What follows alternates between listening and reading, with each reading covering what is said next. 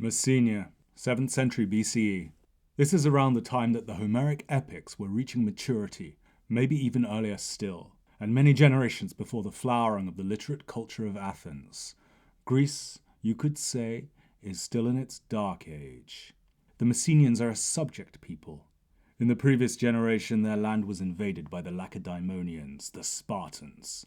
Soon they will be absorbed, but never entirely, into the serf or slave-like population of the Helots. But the memories of their days of freedom are still fresh. Less than 40 years have passed since their conquest and the sacking of their former capital, Itomi. Many of the older folk still recall with grief and shame how they were beaten into submission by their Spartan overlords. But a new generation of proud young men, born into but resentful of the ignominy of subjugation, are reaching maturity. Men who had never seen war, but clear spirits who would rather die in a free country than live at ease, as if that were possible, as slaves. From this generation there emerges a natural leader, no prince in exile, but a youth born to one of the formerly aristocratic families, the house of the Aeptidae. His name is Aristomenes. Some say his father was a man called Pyrrhus, others Nicomedes. Others still say that he is the son of a snake. A resistance movement arises around him. He bides his time enough to build a network of allies amongst the Argives and Arcadians to the north of Sparta, until his army and the will to war is sufficiently strong. Then he launches a rebellion, an insurgency against his people's Spartan overlords. Aristomenes presides over 3 years of pitched battles and covert operations. Time and time again, he and his armies show acts of outstanding heroism, sowing the seeds of legend. In the early days of the war, the Spartans and Messenians, without their respective allies, meet in battle at a place in Messenia called Eira. The battle is indecisive, but Aristomenes' heroism is such that his people elect him to be their king. He refuses the crown, but nonetheless is now firmly established as their leader. It's then that his more brazen, even fantastic exploits begin. In a covert operation, reminiscent of both a modern-day spy thriller or, perhaps more aptly, the daring feats of Diomedes and Odysseus, Aristomenes infiltrates the city of Sparta itself and breaks into a famous temple of Athene, Hotes Chalkioikou Naos, the temple of she who dwells in the bronze house. He dedicates his own shield, emblazoned with his name, there upon the walls of the temple, a holy insult to his enemies and their goddess. The next great battle, the following year, is at a place in Messenia called Caprusema, the boar's tomb or boar's monument. Aristomenes and his men fight bravely and rout the elite Spartan soldiers. Aristomenes pursues the fleeing Spartans, but there, on the battlefield, on the path of the fleeing soldiers, is a pear tree. One of Aristomenes' men, a seer called Theoklos, has a mystic vision. He sees Castor and Polydeuces, the Dioscuri, twin sons of Zeus, sitting in or on the tree.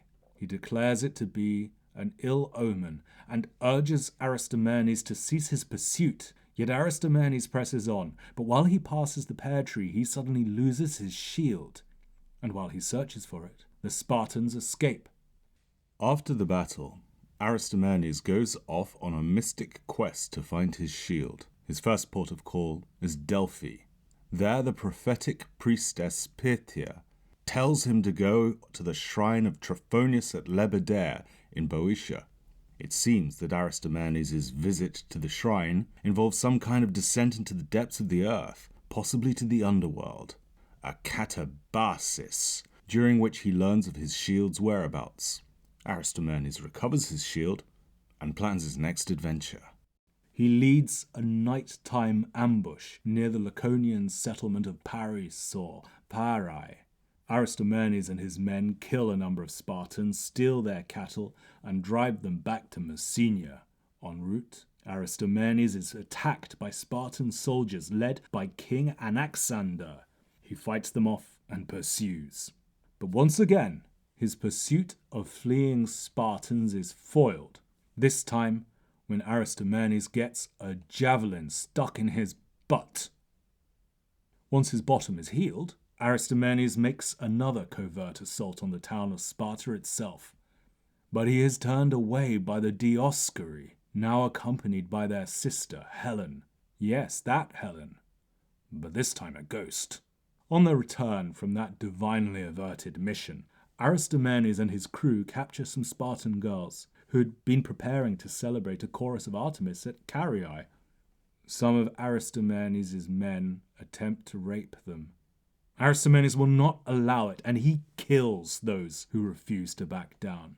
He then ransoms the girls back to their wealthy parents, apparently unharmed.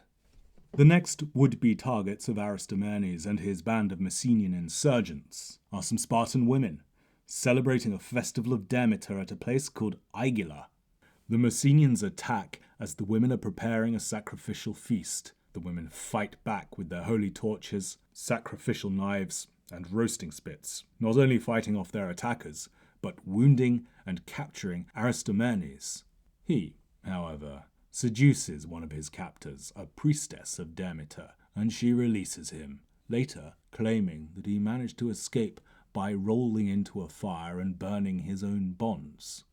It's now the third year of the insurgency, and the Messenian army is joined by their allies, including the armies of Arcadia, led by King Aristomenes of Homenos, an interesting fellow from an interesting family.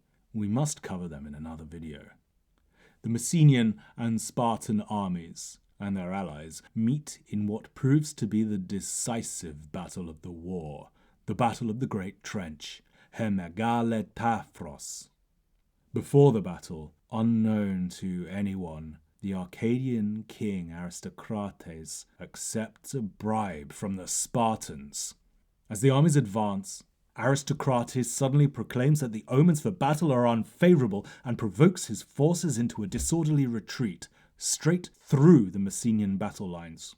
The Messenian warriors are thrown into disarray and are powerless to defend themselves against the now encircling Spartans. Aristomenes is left with no option but to fight his way out of the crush and to flee with the remnants of his people to the mountain stronghold at Eira. The war has been lost, but the Messenian rebels do not surrender. They hold on for a further 11 years, and Aristomenes' adventures continue. From his mountain refuge, Aristomenes wages a guerrilla war, leading many expeditions across the region, harrying both occupied Messenia and the Spartans' heartland Laconia.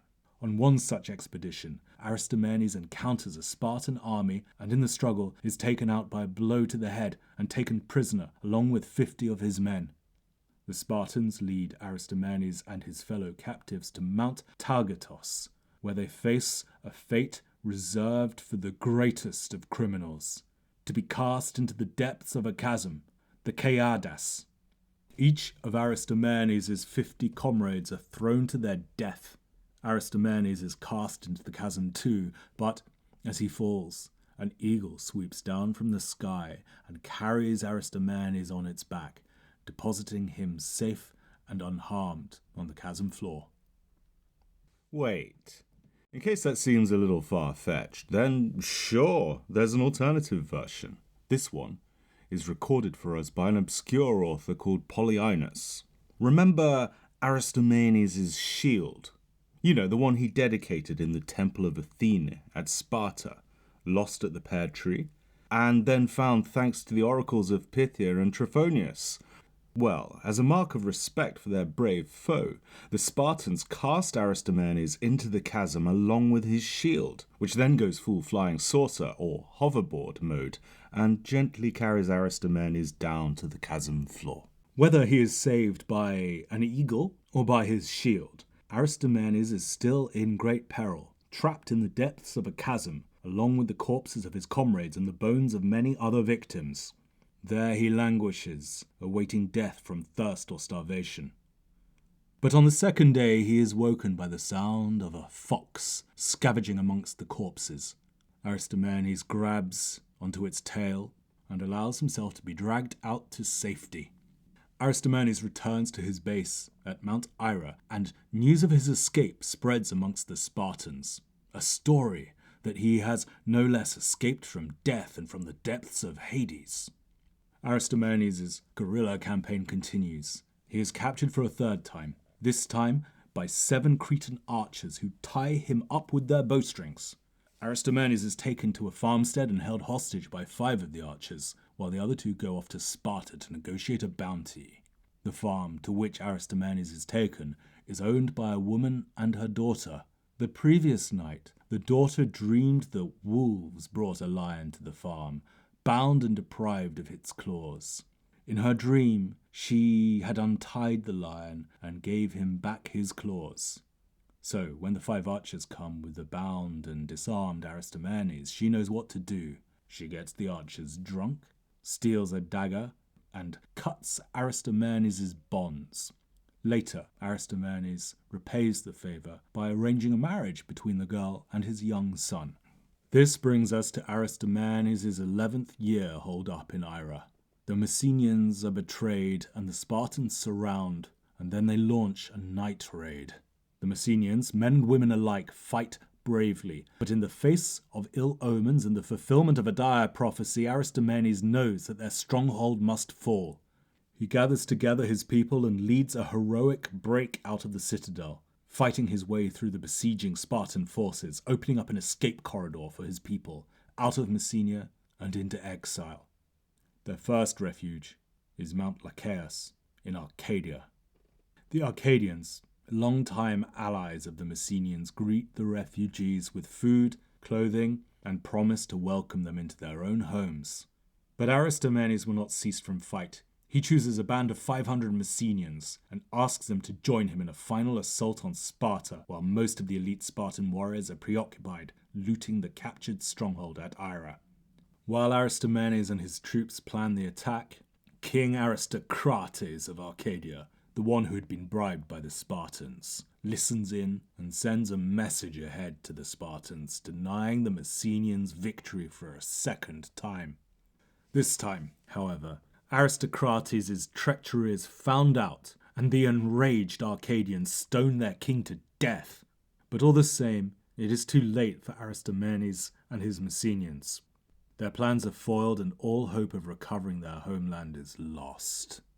From this point, the people of Messenia, those, that is, who escaped serfdom under the Spartans, scatter. Some even end up in Sicily, renaming the city of Zancle Messene. Aristomenes, of course, is given the opportunity to rule over the Messenians in exile as king, but for a second time he refuses the crown. According to some accounts, he eventually settles in Rhodes, sees his youngest daughter marry the king, and remains there for the rest of his days, eventually dying peaceably and presumably at a relatively old age. But by other accounts, he never gives up his struggle against the Spartans, continuing his own personal insurgency long after his fellow Messenians have given up all hope of freedom. By those accounts, Aristomenes is captured for a final time by Spartan soldiers. His captors cut open his chest and rip out his heart, only to find that it is covered with hair. But still, after all that, Aristomenes' struggles against the Spartans do not end, not even with his death. Over the centuries, it is said, Aristomenes continually fights against the Spartans, culminating with his mystic assistance of the Theban army at the Battle of Leuctra in 371 BCE, a battle which marked a watershed in history, the beginning of the end of Spartan dominance. Also in the 4th century, Messenia finally regains its independence from Sparta. By this time, Aristomenes has ascended the ranks of heroism from folk hero to national hero to a quasi-divine cult figure.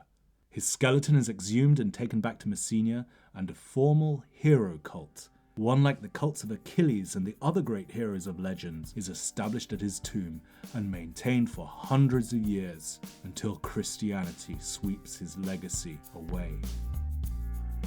This series is subtitled The Epic Insurgent Hero. In the next part, I'll explain why. Meantime, be sure to subscribe, like, and let us know in the comments whether and why you think Aristomenes is worthy of the title of epic hero.